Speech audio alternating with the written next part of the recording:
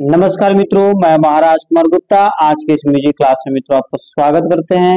मित्रों, एग्जाम के मद्देनजर रखते हुए मित्रों अब हम लोग जो तैयारी करेंगे, तैयारी का मुख्य उद्देश्य रहेगा कि एग्जाम आपका निकाल देना। ठीक है, एग्जाम आपको क्वालिफाई कराना है मित्रों, मेरा प्रथम उद्देश्य है। मित्रों, इसके लिए आपको एक ही छोटा सा काम करना है कि प्रतिदिन सुबह 8 बजे और रात्रि 8 बजे मित्रों क्लास हमारे साथ आपको ज्वाइन करने की जरूरत है। मित्रों, यह क्लास नंबर 5 है। मित्रों, यदि क्लास नंबर 5 में डायरेक्ट नंबर में मित्रों देख रहे हैं तो इसके पहले मित्रों बहुत सारा वीडियो मित्रों में अपलोड कर दिए हैं।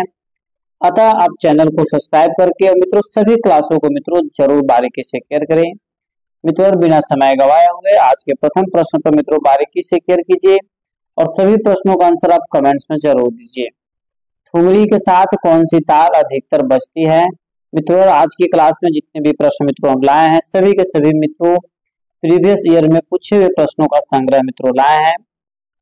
तो मित्रों प्रश्न है कि ठुमरी के साथ कौन सी ताल अधिकतर बजती है? ए में सुल ताल, बी में झप ताल, सी में चाचर और डी मित्रों कहरवा ताल है। तो मित्रों फर्स्ट से कमेंट्स में आंसर दीजिए कि इस प्रश्न का आंसर क्या होगा। तो मित्रों इस प्रश्न का आंसर आपको हो जाएगा चाचर, मतलब ऑप्शन नंबर सी आपका सही है। इस प्रकार मित्रों अगले प्रश्न पर केयर कीजिएगा। ठुमरी गायकी के साथ कौन सा ताल वाद्य बजाया जाता है? ठुमरी गायकी के साथ कौन सा ताल वाद्य बजाया जाता है? ये मित्रों तबला है, बी में मृदंग है, सी में पखावज है, डी मित्रों डुग्गी होगा। ठीक है मित्रों, फर्स्ट से कमेंट्स पर आंसर दीजिए कि ठुमरी गायकी के साथ मित्रों कौन सा ताल बजाया जाता है। मित्रों सभी प्रश्नों का आंसर आप कमेंट्स में जरूर दें। तो मित्रों इस प्रश्न का आंसर आपका हो जाएगा तबला, मतलब एप्पल आंसर आपका क्या है? सही है।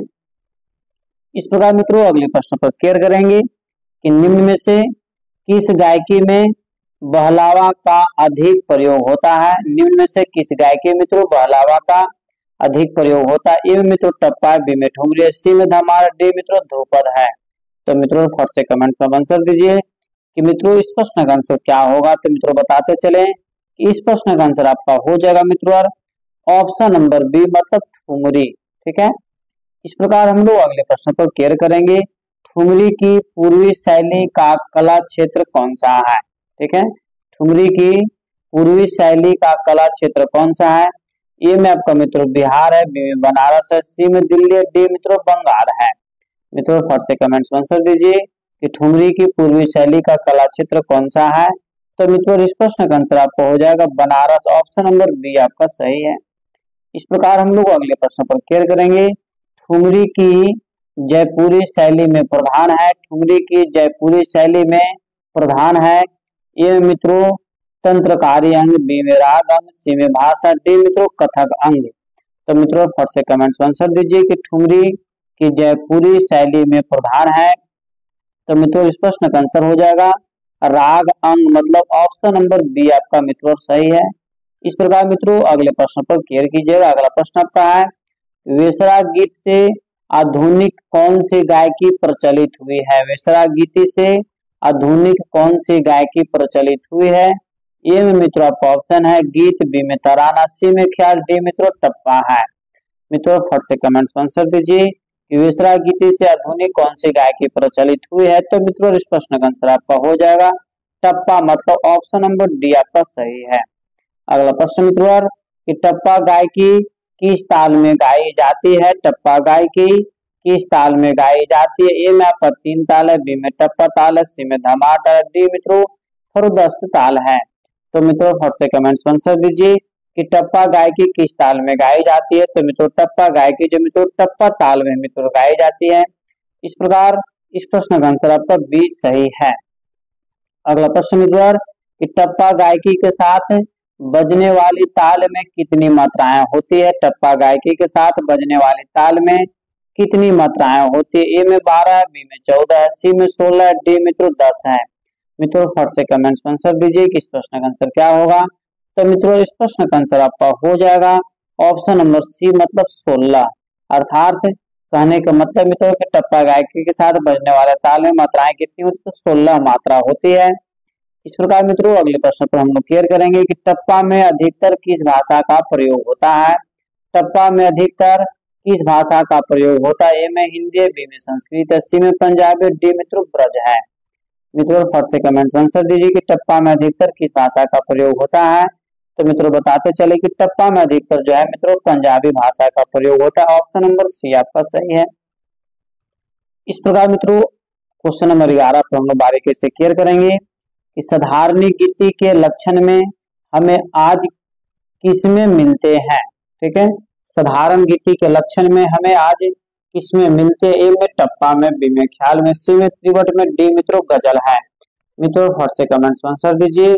और यदि मित्रों इस चैनल पर पहली बार विजिट कर रहे हैं मित्रों तो चैनल को भी तुरंत सब्सक्राइब कर लें और मित्रों इसे अपना स्टडी ग्रुप में जरूर शेयर करें। तो मित्रों इस प्रश्न का आंसर आपका हो जाएगा ऑप्शन नंबर बी मतलब ख्याल। ठीक है, इस प्रकार हम लोग अगले प्रश्न पर क्लियर करेंगे। अगला प्रश्न मित्रों कि विलंबित लय में गाए जाने वाले ख्याल को क्या कहते हैं। विलंबित लय में गाए जाने वाले ख्याल को क्या कहते हैं। ए में आपका छोटा ख्याल है, बी में बड़ा ख्याल है, सी में मध्य ख्याल है, डी मित्रों इनमें से कोई नहीं। तो मित्रों फट से कमेंट्स में आंसर दीजिए कि विलंबित लय में गाए जाने वाले ख्याल को क्या कहते हैं। तो मित्रों इस प्रश्न का आंसर हो जाएगा बड़ा ख्याल। ऑप्शन नंबर बी आपका सही है। इस प्रकार मित्रों अगला प्रश्न पर क्लियर कीजिएगा कि ख्याल गायकी के साथ कौन सा ताल वाद्य बजता है। ठीक है, वाद्य जाता है। ठीक है मित्रों, ख्याल गायकी के साथ कौन सा ताल वाद्य जाता है। ए में तबला है, बी में पखावज है, सी में मृदंग है, डी मित्रों नाल है। तो मित्रों फट से कमेंट्स में आंसर दीजिए कि इस प्रश्न का आंसर क्या होगा। तो मित्रों इस प्रश्न का आंसर आपका हो जाएगा तबला, मतलब इक्वल आंसर आपका क्या है, सही है। इस प्रकार मित्रों अगले प्रश्न पर क्लियर कीजिएगा कि जल की उत्पत्ति कहाँ से मानी गई है। ठीक है मित्रों, जल की उत्पत्ति कहाँ से मानी गई है।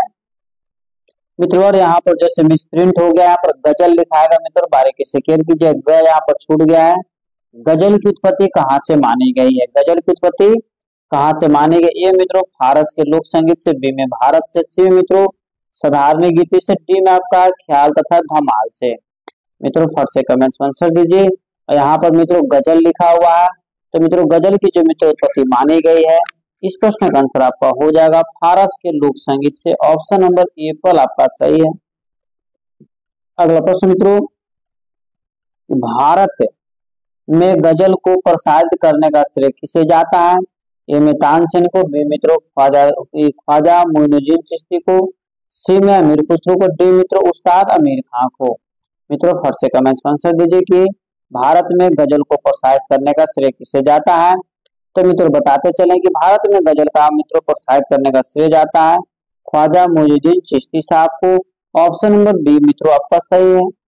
इस प्रकार मित्रों अगले प्रश्न पर क्लियर करेंगे कि गजल की रचना विविध छंदों में होता है उसे कहते हैं। ए में आपका स्थाई है, बी में छंद है, सी में शेर है, डी मित्रों बहर है। मित्रों बताइए कि गजल की रचना विविध छंदों में होती है मित्रों उसे कहते हैं। तो मित्रों फट से चारों में से कोई एक आंसर आपका सही है, फटाफट मित्रों कमेंट्स में आंसर दीजिए। तो मित्रों उसको बहर कहते हैं। ऑप्शन नंबर डी आपका सही है। अगला प्रश्न मित्रों, गीत के अलग अलग भागों को अलग अलग रागों में गाने को क्या कहते हैं। गीत के अलग अलग भागों को अलग अलग रागों में गाने को मित्रों क्या कहते हैं। ए में मित्रों स्वर सागर, बी में राग सागर, सी में गीत सागर, डी मित्रों सरगम सागर। तो मित्रों इस प्रश्न का आंसर आपका हो जाएगा ऑप्शन नंबर बी राग सागर। ठीक है, इस प्रकार मित्रों अगले प्रश्न पर क्लियर कीजिएगा। वेदों की संख्या कितनी मानी गई है। ए में 2 है, बी में 4 है, सी में 5 है, डी मित्रों 3 है। मित्रों यदि इस प्रश्न का आंसर आप नहीं देते हैं तो मित्रों आपको ए स्टेट ऑफ बीपीएससी के बारे में पढ़ने की जरूरत मित्रों आपको नहीं है, क्योंकि आप शून्य लेवल पर है। ठीक है, वेदों की संख्या मित्रों कितनी मानी गई, फटाफट इस प्रश्न का आंसर कमेंट्स में जरूर दें। तो मित्रों कुल वेदों की संख्या आपको 4 है, मतलब ऑप्शन नंबर बी आपका सही है। ठीक है, ऋग्वेद, सामवेद, यजुर्वेद और अथर्ववेद। ठीक है मित्रों, इस प्रकार हम लोग अगले क्वेश्चन पर क्लियर करेंगे। कितने वेद संस्कृत में नहीं लिखे गए हैं। कितने वेद संस्कृत में नहीं लिखा गया है। चारों को चारों, या 2 को, या 0, या ये फिर 1 है। तो मित्रों सभी के सभी वेद मित्रों संस्कृत में लिखे गए हैं, अर्थात इसका आंसर क्या हो जाएगा शून्य। कहने का मतलब है कि ऑप्शन नंबर सी आपका क्या है, सही है। इस प्रकार मित्रों अगले प्रश्न पर क्लियर कीजिएगा। संगीत संबंधी सामग्री किस वेद में मित्रों सर्वाधिक मिलती है। संगीत संबंधी सामग्री किस वेद में सर्वाधिक मिलती है। मित्रों इस प्रश्न का भी आंसर आपको कमेंट्स में जरूर देना चाहिए। मित्रों ए में ऋग्वेद, बी में यजुर्वेद, सी में सामवेद, डी मित्रों अथर्ववेद। तो मित्रों फट से कमेंट्स में आंसर दीजिए कि संगीत संबंधी सामग्री मित्रों किस वेद में सर्वाधिक मिलती है। तो मित्रों इस प्रश्न का आंसर हो जाएगा ऑप्शन नंबर सी। कहने का मतलब है कि सामवेद मित्रों जो है संगीत से ही संबंधित है। इस प्रकार मित्रों अगला प्रश्न आपका है, सामवेद का उपवेद किसे कहा जाता है। सामवेद का उपवेद मित्रों किसे कहा जाता है। ए में आपका है अथर्ववेद को, बी में गंधर्ववेद को, सी मित्रों यजुर्वेद को, डी में आपका नाट्य शास्त्र को। तो मित्रों फट से कमेंट्स में आंसर दीजिए कि सामवेद का उपवेद मित्रों किसे कहा जाता है। तो मित्रों इस प्रश्न का आंसर आपको हो जाएगा गंधर्ववेद को मित्रों सामवेद का उपवेद माना गया है। अगला प्रश्न आपका है कि प्रत्येक वेद की व्याख्या किस नाम से हुई है। प्रत्येक वेद की व्याख्या मित्रों किस नाम से हुई। ए में गंधर्व है, बी में पुराण है, सी मित्रों ब्राह्मण है, डी में आपका साम है। मित्रों फट से कमेंट्स में आंसर दीजिए कि प्रत्येक वेद की संख्या किस नाम से हुई है। तो मित्रों इस प्रश्न का आंसर आपका हो जाएगा ब्राह्मण के नाम से मित्रों हुए। ऑप्शन नंबर सी आपका सही है। अगला प्रश्न मित्रों की ध्यान दीजिएगा मित्रों, यहाँ पर मिसप्रिंट, यहाँ पर संगीत हो जाएगा स होगा, ठीक है, संगीत, ध्यान दीजिएगा, ठीक है। संगीत को शिल्प की संज्ञा किस ग्रंथ में दी गई है। संगीत को शिल्प की संज्ञा किस ग्रंथ में दी गई है। ए में महाभारत, बी मित्रों कौशिक ब्राह्मण में, सी में उपनिषद में, डी मित्रों नाट्य शास्त्र में। मित्रों फट से कमेंट्स में आंसर दीजिए कि संगीत को शिल्प की संज्ञा किस ग्रंथ में दी गई है। तो मित्रों इस प्रश्न का आंसर आपका हो जाएगा कौशिक ब्राह्मण में। ऑप्शन नंबर बी आपका सही है। मित्रों अगले प्रश्न पर हम लोग क्लियर करेंगे कि पुराण कितने हैं। ए में 108, बी में 21, सी में 18, डी मित्रों 51 है। मित्रों इस प्रश्न का आंसर आपको कमेंट्स में देना आवश्यक है कि पुराणों की संख्या मित्रों कितनी है। तो मित्रों यदि आप इस प्रश्न का आंसर नहीं देते तो बहुत दुख की बात है कि आप जैसे जनरल कंपटीशन की मित्रों तैयारी कर रहे हैं। तो मित्रों पुराणों की कुल संख्या कितनी बताई गई है, 18, मतलब ऑप्शन नंबर सी आपका सही है। अगला प्रश्न मित्रों, सामवेद में प्रयुक्त अधिकतर मंत्र किसमें संग्रहित है। सामवेद में प्रयुक्त अधिकतर मंत्र मित्रों किसमें संग्रहित है। ए में ऋग्वेद, बी में गंधर्ववेद, सी मित्रों पुराण में, डी में आपका उपनिषद में। तो मित्रों इस प्रश्न का आंसर आपको कुछ देर पहले हम बता चुके हैं। इस प्रश्न का आंसर आपको हो जाएगा ऋग्वेद, मतलब इक्वल आंसर आपका क्या है, सही है, ठीक है। इस प्रकार मित्रों अगले प्रश्न पर क्लियर कीजिए। अगला प्रश्न आपका है कि ऋग्वेद में गीत के लिए किस शब्द का प्रयोग था। ऋग्वेद में गीत के लिए किस शब्द का प्रयोग था। ए में मित्रों गीतक है, बी में गीतका है, सी में गीत है, डी मित्रों गीर है। तो मित्रों बताइए कि ऋग्वेद में गीत के लिए किस शब्द का प्रयोग था। तो मित्रों इस प्रश्न का आंसर आपको हो जाएगा ऑप्शन नंबर डी गीर, ठीक है। इस प्रकार मित्रों अगले प्रश्न पर क्लियर कीजिएगा कि गीत तथा उसकी धुन के लिए ऋग्वेद में क्या संज्ञा थी। गीत तथा उसकी धुन के लिए ऋग्वेद में क्या संज्ञा थी। ए में मित्रों आपका धुन है, बी में गीर है, सी में साम है, डी मित्रों संगीत है। मित्रों फट से कमेंट्स में आंसर दीजिए कि ऋग्वेद तथा उसकी धुन के लिए ऋग्वेद मित्रों क्या संज्ञा थी। तो मित्रों इस प्रश्न का आंसर आपका हो जाएगा साम की संज्ञा मित्रों दिया गया। ऑप्शन नंबर सी आपका सही है। अगला प्रश्न मित्रों, सामगान के मुख्य गायक को क्या कहा जाता था। सामगान के मुख्य गायक को मित्रों क्या कहा जाता था। ए में साम गायक, बी में उद्धर्वकर्ता, सी में प्रधान, डी मित्रों उद्गता। तो मित्रों फट से कमेंट्स में आंसर दीजिए किस प्रश्न का आंसर क्या होगा। तो मित्रों बताते चले किस प्रश्न का आंसर आपको हो जाएगा उद्धर्वकर्ता, मतलब ऑप्शन नंबर बी आपका सही है। मित्रों अगले प्रश्न पर क्लियर कीजिएगा, वैदिक काल का सबसे मुख्य वाद्य कौन सा था। वैदिक काल का सबसे मुख्य वाद्य मित्रों कौन सा था। या फिर पूछ सकता है कि वैदिक काल का सबसे पुराना वाद्य कौन था। मित्रों ए में आपका सितार है, बी में गीर है, सी में आपका वीणा है, डी मित्रों दुदुम्बी है। तो मित्रों बताते चले कि वैदिक काल का जो सबसे प्राचीन वाद्य है मित्रों उसको वीणा बोला जाता है। ऑप्शन नंबर सी आपका सही है। अगला प्रश्न मित्रों, वैदिक काल में सभी तंत्रों वादों के लिए क्या संज्ञा थी। वैदिक काल में सभी तंत्रों वादों के लिए क्या संज्ञा थी। ए मित्रों त्रितंत्री, बी में वीणा, सी में साम, डी मित्रों वान है। तो मित्रों 30 नंबर प्रश्न का आंसर आपका हो जाएगा मित्रों ऑप्शन नंबर बी, मतलब वीणा आंसर आपका सही है। अगला प्रश्न मित्रों कि वैदिक कालीन वान में कितने तंत्रियां होती थी। वैदिक कालीन वान में कितने तंत्रियां होती थी। ए में मित्रों है 9, बी में 100, सी में 0 और डी में आपका 17। मित्रों फट से कमेंट्स में आंसर दीजिए कि वैदिक कालीन वान में कितने तंत्रियां होती थी।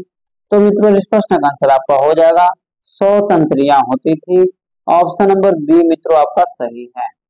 इस प्रकार हम लोग अगले प्रश्न पर क्लियर करेंगे कि वैदिक काल में संगीत के स्वरों के लिए क्या संज्ञा थी।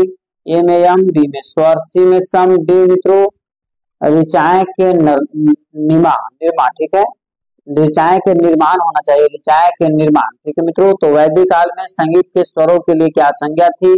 तो मित्रों इस प्रश्न का आंसर आपका हो जाएगा स्वर, मतलब ऑप्शन नंबर बी आपका सही है। इस प्रकार मित्रों अगले प्रश्न पर हम लोग क्लियर करेंगे। स्वरों के षडज, ऋषभ आदि नाम सर्वप्रथम किस ग्रंथ में मिलते हैं। ए मित्रों संगीत प्रजात, बी में ऋग्वेद, सी में नारदीय शिक्षा, डी में मित्रों नाट्यशास्त्र। मित्रों अति महत्वपूर्ण प्रश्न है कि स्वरों के षडज, ऋषभ आदि नाम सर्वप्रथम किस ग्रंथ में मिलते हैं। तो मित्रों इस प्रश्न का आंसर आपका हो जाएगा नारदीय शिक्षा में, ऑप्शन नंबर सी आपका सही है। इस प्रकार मित्रों अगले प्रश्न पर हम लोग बारीकी से क्लियर करेंगे। अगला प्रश्न का है वैदिक काल में पदों को क्या कहा जाता था। वैदिक काल में मित्रों पदों को क्या कहा जाता था। ए में ऋचाएं, बी में साम्य, सी में कृष्ट, डी मित्रों पदम है।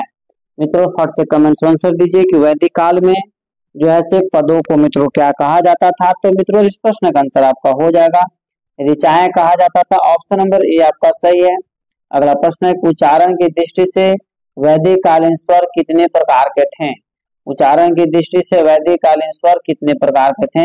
ए में 7 है, बी में 3 है, सी में 4 है, डी मित्रों 5 है। तो मित्रों फट से कमेंट्स में आंसर दीजिए कि उच्चारण की दृष्टि से वैदिक कालीन स्वर कितनी प्रकार के थे। तो मित्रों इस प्रश्न का आंसर आपका हो जाएगा ऑप्शन नंबर बी, मतलब 3 प्रकार के थे। ठीक है, कितने प्रकार के, 3 प्रकार के। ठीक है मित्रों, इस प्रकार हम लोग अगले प्रश्न पर क्लियर करेंगे। अगला प्रश्न आपका है वेद पाठ के अपरिहार्य अंगों को क्या कहा जाता था। वेद पाठ के अपरिहार्य अंगों को क्या कहा जाता था। ए में वेद अंगीकार, बी में वेदांत, सी में उपनिषद, डी मित्रों महाकाव्य है।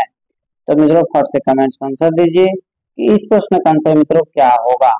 तो मित्रों 36 नंबर प्रश्न का आपका आंसर हो जाएगा मित्रों option number B. Option number B कहने का मतलब है वो वेदांग। क्या कहने का मतलब है, वेदांग। प्रश्न मित्रों अगला आपका ऋग्वेद की ऋचाएं स्वरालियों में निबंध होने पर क्या कहलाती थी। ए में मित्रों सामगान, बी में ऋचाएं, सी में स्रोत, डी मित्रों वेद है। मित्रों फट से कमेंट्स में आंसर दीजिए कि इस प्रश्न का आंसर क्या होगा। और मित्रों यदि इस चैनल पर पहली बार विजिट कर रहे हैं मित्रों तो चैनल को अपने स्टडी ग्रुप में मित्रों जरूर शेयर कर दें।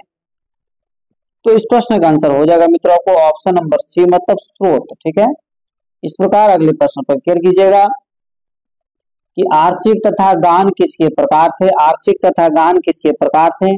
ए मित्रों ऋग्वेद के, बी में सामवेद के, सी मित्रों नाट्यशास्त्र के, डी में आपका नृत्य के। तो मित्रों फट से कमेंट्स में आंसर दीजिए कि आर्चिक तथा गान किसके प्रकार थे। तो मित्रों बताते चले कि आर्चिक तथा गान मित्रों सामवेद के प्रचार है, सॉरी प्रकार है। ऑप्शन नंबर बी आपका सही है। अगला प्रश्न मित्रों कि साम गायन के समय तक कितने स्वरों का विकास हो चुका था। साम गायन के समय तक कितने स्वरों का विकास हो चुका था। ए में मित्रों 5 है, बी में 3 है, सी में 7 है, डी में आपका 8 है। मित्रों फट से कमेंट्स में आंसर दीजिए कि साम गायन के समय तक कितने स्वरों का मित्रों विकास हो चुका था। तो इस प्रश्न का आंसर आपका हो जाएगा ऑप्शन नंबर सी, मतलब 7 स्वरों का मित्रों विकास हो चुका था। ठीक है, इस प्रकार मित्रों अगले प्रश्न पर हम लोग क्लियर करेंगे सामगान में स्वरों का क्रम कैसा था। ठीक है, सामगान में स्वरों का क्रम कैसा था। ए मित्रों आरोही है, बी में अवरोही है, सी में मिश्रित है, डी मित्रों इनमें से कोई नहीं। मित्रों फट से कमेंट्स में आंसर दीजिए सामगान में स्वरों का क्रम कैसा था। तो मित्रों सामगान में स्वरों का जो मित्रों क्रम था वो आपको अवरोही क्रम में था। ऑप्शन नंबर बी आपका सही है। मित्रों और अगले प्रश्न पर क्लियर कीजिएगा कि साम के सप्त स्वरों की संज्ञाओं में प्रथम कौन सी थी। ए में प्रथम, बी में कृष्ट, सी में मंद, डी मित्रों अति स्वारे। ठीक है, तो मित्रों फट से कमेंट्स में आंसर दीजिए कि साम के सप्त स्वरों की संज्ञाओं में प्रथम कौन सी थी। तो मित्रों इस प्रश्न का आंसर आपका हो जाएगा ऑप्शन नंबर बी, मतलब पुष्ट। ठीक है मित्रों, इस प्रकार हम लोग अगले प्रश्न पर क्लियर करेंगे। अगला प्रश्न आपका है किस ग्रंथ में साम तथा लौकिक, ठीक है, लौकिक गान के स्वरों का सामंजस्य स्थापित किया गया है। ए में ऋग्वेद में, बी में नारदीय शिक्षा में, सी मित्रों नाट्य शास्त्र में, डी में आपका है विदेशी। तो मित्रों फट से कमेंट्स में आंसर दीजिए कि इस प्रश्न का आंसर क्या होगा। तो मित्रों इस प्रश्न का आंसर आपको हो जाएगा नारदीय शिक्षा में, ऑप्शन नंबर बी आपका सही है।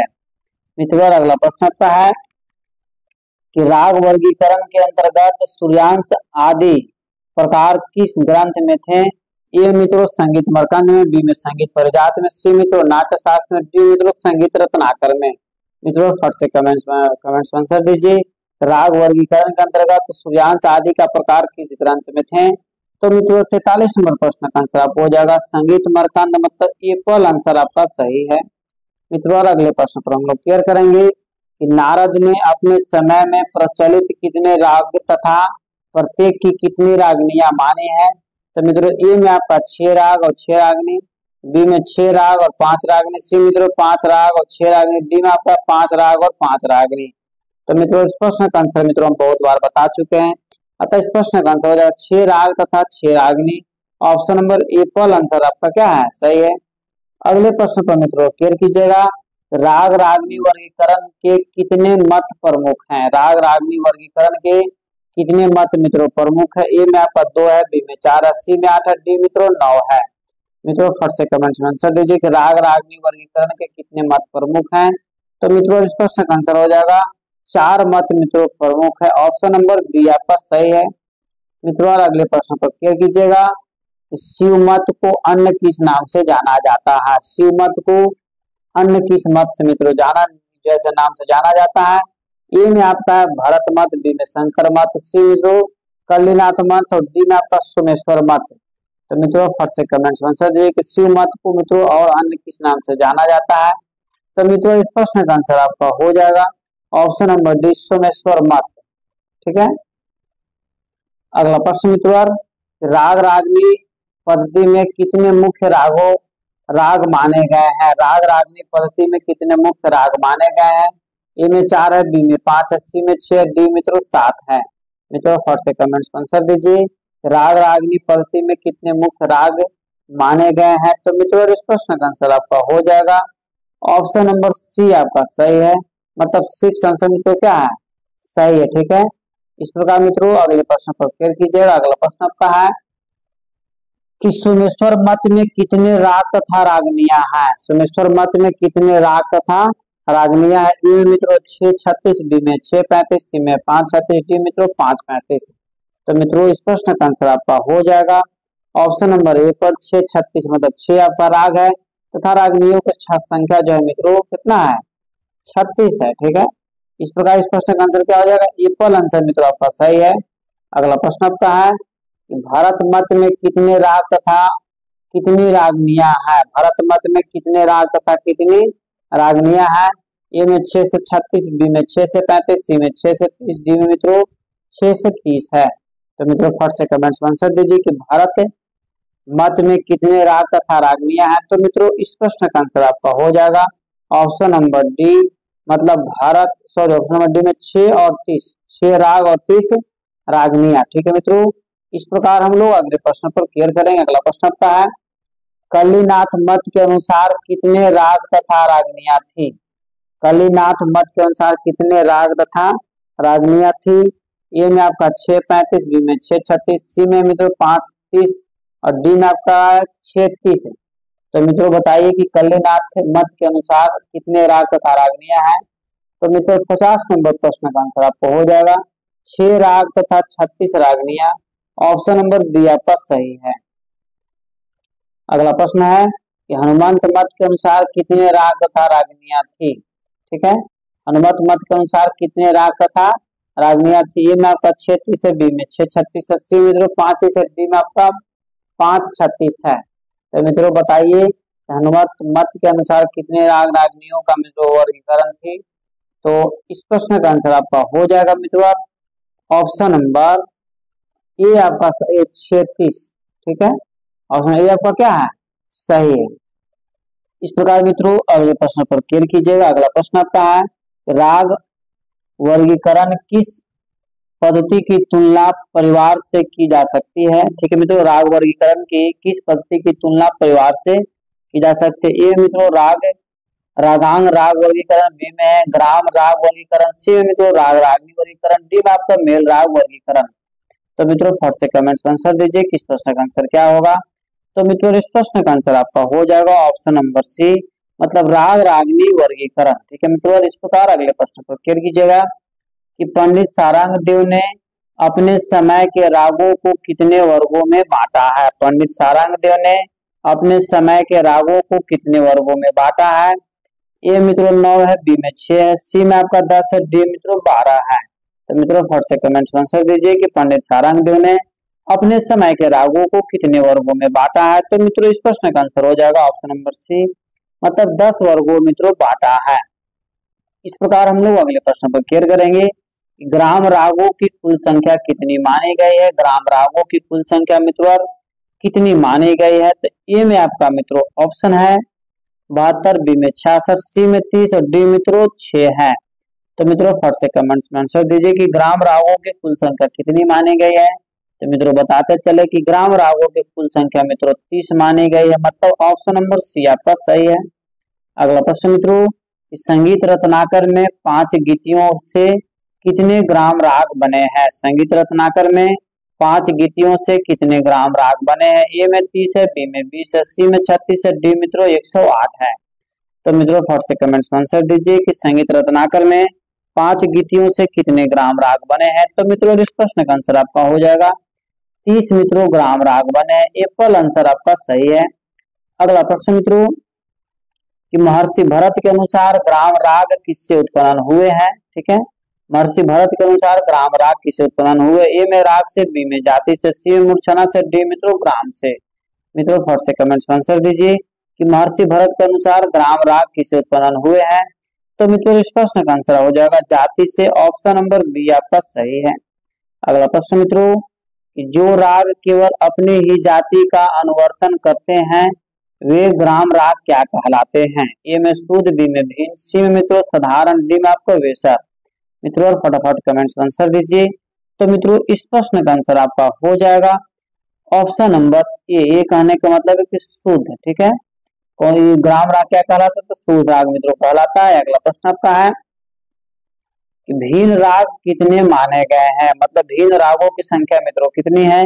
ए में 6 है, बी में 7 है, सी में 5 है, डी में तो 255 है। तो मित्रों फट से कमेंट्स में आंसर दीजिए कि भिन्न राग कितने माने गए हैं। तो मित्रों भिन्न रागों की कुल संख्या मित्रों 5 माने गए हैं, अर्थात ऑप्शन नंबर सी आपका क्या है, सही है। इस प्रकार मित्रों अगले प्रश्न को क्लियर कीजिएगा। वेसर राग कितने हैं। वेसर रागों की मित्रों कुल संख्या कितनी है। ए में 12 है, बी में 8 है, सी में 7 है, डी मित्रों 10 है। तो मित्रों फट से कमेंट्स में आंसर दीजिए कि बेसर राग कितने हैं। तो मित्रों आपको बताते चले कि कुल बेसर रागों की जो मित्रों संख्या है आपको 8 बताई गई है। ऑप्शन नंबर बी आपका मित्रों सही है। अगला प्रश्न मित्रों कि पंडित सारंग देव ने कुल कितने राग माने हैं। ए में आपका 72 है, बी में 264 है, सी में 130 है, डी मित्रों 306 है। मित्रों फट से कमेंट्स में आंसर दीजिए कि पंडित सारंग देव ने कुल कितने राग माने हैं। तो मित्रों पंडित सारंग देव के अनुसार मित्रों कुल रागों की संख्या 264 माना गया है, मतलब ऑप्शन नंबर बी मित्रों आपका सही है। इस प्रकार हम लोग अगले प्रश्न पर क्लियर करेंगे कि भरत ने उपराग कितने माने हैं। भरत साहब ने उपरागों की संख्या कितने माने हैं। ए में आपका 7 है, बी में 8 है, सी में 9 है, डी में मित्रों 10 है। तो मित्रों फट से कमेंट्स में आंसर दीजिए कि भरत साहब ने उपरागों की संख्या कितने माने हैं। तो मित्रों इस प्रश्न का आंसर आपका हो जाएगा ऑप्शन नंबर बी, मतलब भरत साहब के अनुसार मित्रों उपरागों की संख्या कुल 8 मानी गई है। ऑप्शन नंबर बी आपका सही है। अगला प्रश्न मित्रों मतंग ने भाषा के अंतर्गत कितने राग गिनाए हैं। मतंग ने भाषा के अंतर्गत कितने राग गिनाए हैं। ए में 16 है, बी में 20 है, सी में 6 है, डी मित्रों 9 है। मित्रों फट से कमेंट्स में आंसर दीजिए कि मतंग ने भाषा के अंतर्गत कितने राग गिनाए हैं। तो मित्रों इस प्रश्न का आंसर आपका हो जाएगा 16 राग गिनाए। ऑप्शन नंबर ए पर आंसर आपका क्या है, सही है। अगला प्रश्न मित्रों मेल पद्धति किस शताब्दी में आरंभ हुई। ठीक है, मेल पद्धति किस शताब्दी में आरंभ हुई। ए में 12वीं, बी में 13वीं, सी में 14वीं, डी मित्रों 15वीं है। तो मित्रों फट से कमेंट्स में आंसर दीजिए कि मेल पद्धति किस शताब्दी में आरंभ हुई है। तो मित्रों मेल पद्धति मित्रों आपको बताते चले, बहुत ही महत्वपूर्ण प्रश्न है। तो मित्रों इस 14वीं शताब्दी मित्रों आरंभ हुई थी। ऑप्शन नंबर सी आपका सही है। इस प्रकार मित्रों अगला प्रश्न आपका है कि मेल पद्धति का आरंभ किसने किया? मेल पद्धति का आरंभ किसने किया? ए मित्रों आचार्य बृहस्पति, बी में है महर्षि भरत, सी में है वेंकटमुखी, डी में मित्रों विद्याधरन। ठीक है, मेल पद्धति का मित्रों आरंभ किसने किया? तो मित्रों इस प्रश्न का आंसर आपका हो जाएगा ऑप्शन नंबर डी, विद्याधरन साहब ने। अगला प्रश्न मित्रों आपका, लोचन ने कितने मेल माने हैं? लोचन साहब ने कितने मेल माने हैं?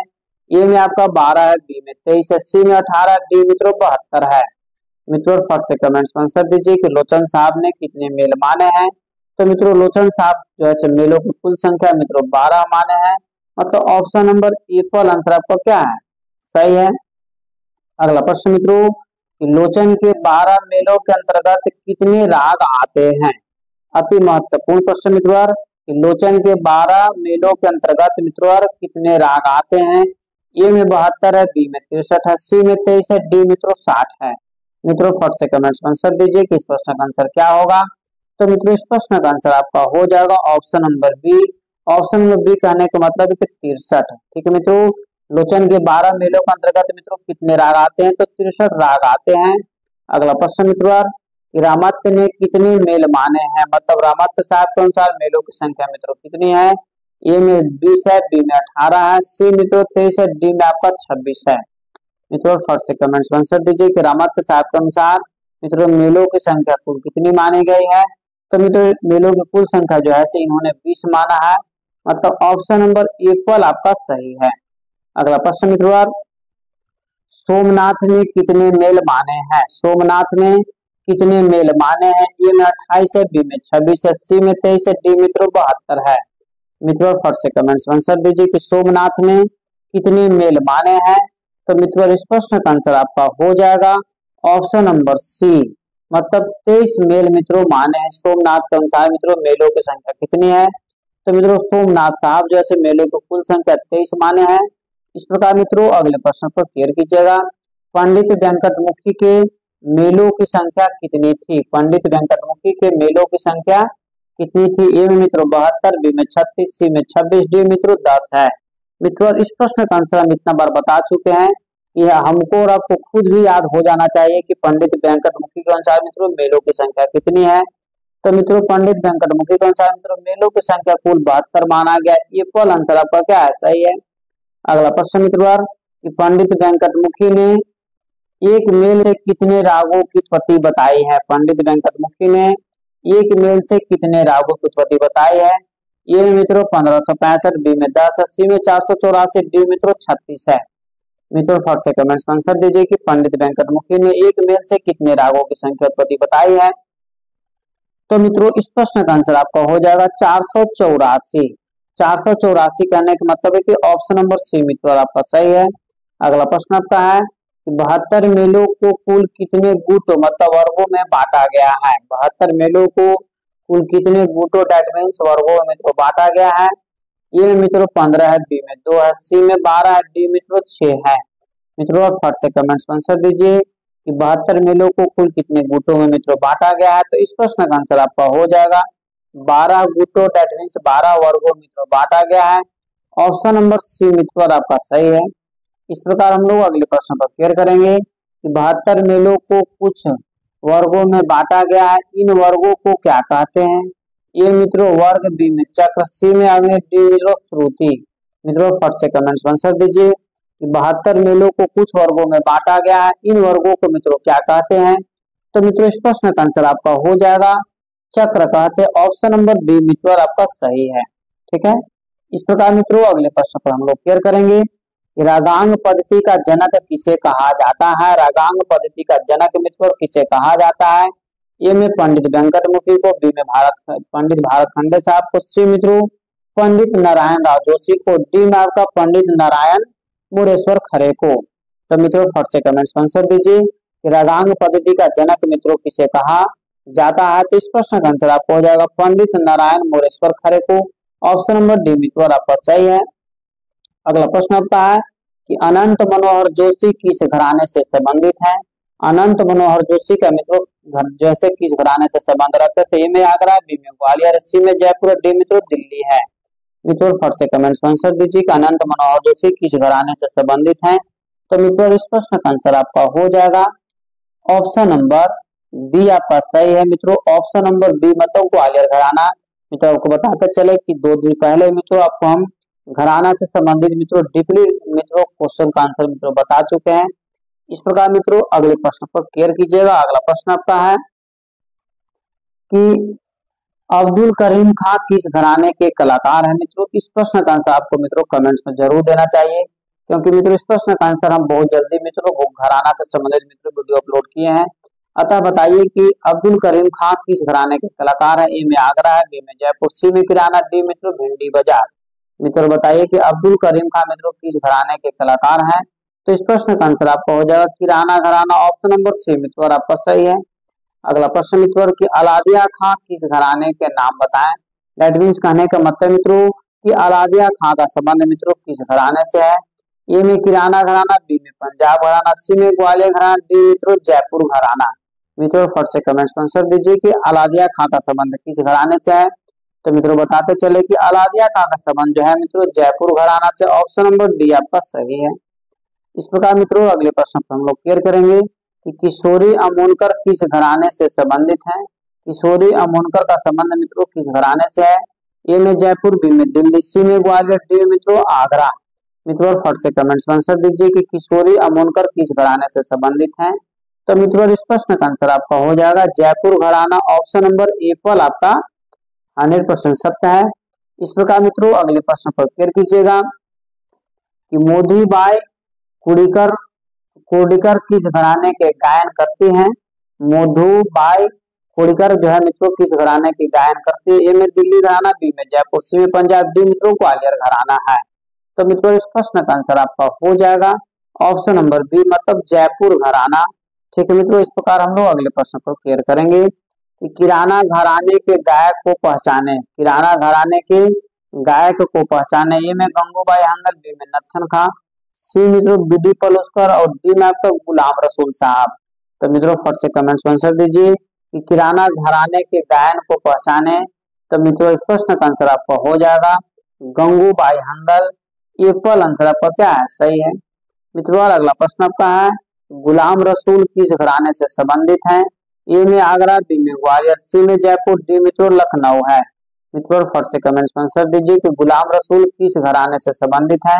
तो मित्रों गुलाम रसूल का जो संबंध है मित्रों लखनऊ घराने से, ऑप्शन नंबर डी आपका सही है। ठीक है मित्रों, इस प्रकार हम लोग अगले प्रश्न पर क्लियर करेंगे कि निम्न में से आगरा घराने का कलाकार कौन है? अति महत्वपूर्ण प्रश्न मित्रों कि निम्न में से आगरा घराने के कलाकार कौन है? ए में बाबा दीक्षित, बी में हीराबाई बड़ौदकर, सी मित्रों नत्थन खां, डी में आपका नजाकत अली। मित्रों फट से कमेंट्स में आंसर दीजिए कि निम्न में से आगरा घराने के कलाकार कौन है। तो मित्रों जैसे नत्थन खां जो है मित्रों आगरा घराने के जैसे मित्रों मुख्य कलाकार हैं। इस प्रकार इस प्रश्न का आंसर क्या होगा? सी आंसर मित्रों आपका सही है। इस प्रकार हम लोग अगले प्रश्न पर क्लियर करेंगे बाबा दीक्षित किस घराने से संबंधित है? ए मित्रों पटियाला, बी में ग्वालियर, सी में आगरा, डी मित्रों दिल्ली शाह के। मित्रों फट से कमेंट्स में आंसर दीजिए कि बाबा दीक्षित का संबंध मित्रों किस घराने से था। अति महत्वपूर्ण प्रश्न आपका है। तो मित्रों बताते चले कि बाबा दीक्षित का मित्रों जो संबंध था आपको ग्वालियर घराने से था, ऑप्शन नंबर बी आपका सही है। मित्रों आज का अंतिम प्रश्न यह है कि बालकृष्ण बुआ इचलंकर जी का कौन से घराने से हैं? बालकृष्ण बुआ इचलंकर जी का मित्रों संबंध किस घराने से? ए में ग्वालियर, बी में जयपुर, सी में पटियाला, डी मित्रों आगरा से। ठीक है, तो मित्रों फट से कमेंट्स में आंसर दीजिए कि बालकृष्ण बुआ इचलंकर जी का कौन से घराने से संबंधित हैं। तो मित्रों इस प्रश्न का आंसर आपका हो जाएगा ग्वालियर घराना, ऑप्शन नंबर ए पर मित्रों आपका क्या है? सही है। इस प्रकार मित्रों सभी प्रश्नों का आंसर मित्रों कुल जैसे 82 प्रश्न था। 82 प्रश्नों का मित्रों आंसर यहाँ पर आपको जैसे स्पष्ट रूप से मित्रों दे दिया गया। अब कितने प्रश्नों का आंसर आपका सही हुआ अब स्क्रीनशॉट लेकर के मित्रों आप हमें जरूर कमेंट से बताएं कि कितने प्रश्नों का आंसर आपका मित्रों सही हुआ। ठीक है, जैसे कहने का मतलब कुल 82 क्वेश्चन आपको दिए हैं। 82 मान लिया जाए कि जैसे मान लीजिए कि 82 जितना आपका नंबर आया उसको ऊपर लिख देना, वाले 30 आया तो 30 ऊपर लिख देंगे, या फिर डायरेक्ट मित्रों लिख देते हैं कि 50 नंबर है, तो हम समझ जाएंगे कि कितने प्रश्न आपका सही हुआ है। ठीक है, इस प्रकार मित्रों यदि आप इस चैनल पर पहली बार विजिट कर रहे हैं तो मित्रों चैनल को तुरंत सब्सक्राइब कर ले, लाइक कर ले। मित्रों इतने सारे बच्चे जो ऐसे वीडियो को देखते हैं और लाइक बहुत कम बच्चे करते हैं, सभी लोग अपने काम निकालने से खाली मतलब नहीं रखिए, आप इसे शेयर कीजिए अपने स्टडी ग्रुप में, और मित्रों लाइक जरूर करें, आप हमें सपोर्ट करें मित्रों, हम आपको 100% सपोर्ट करेंगे। ठीक है मित्रों, सही इतने सारे बच्चे मित्रों मिल करके जो है एक साथ कमेंट्स आंसर देते हैं एक परिवार की तरह, इसके लिए सभी को धन्यवाद। मित्रों इस नंबर मित्रों अब चालू कर दिया गया, इस नंबर के माध्यम से मित्रों आप हमसे कांटेक्ट करके मित्रों पीडीएफ मित्रों या ई बुक मित्रों आप हमसे खरीद सकते हैं। तब तक के लिए स्वस्थ रहिए, मस्त रहिए। एक बार प्रेम से बोलिए भारत माता की जय।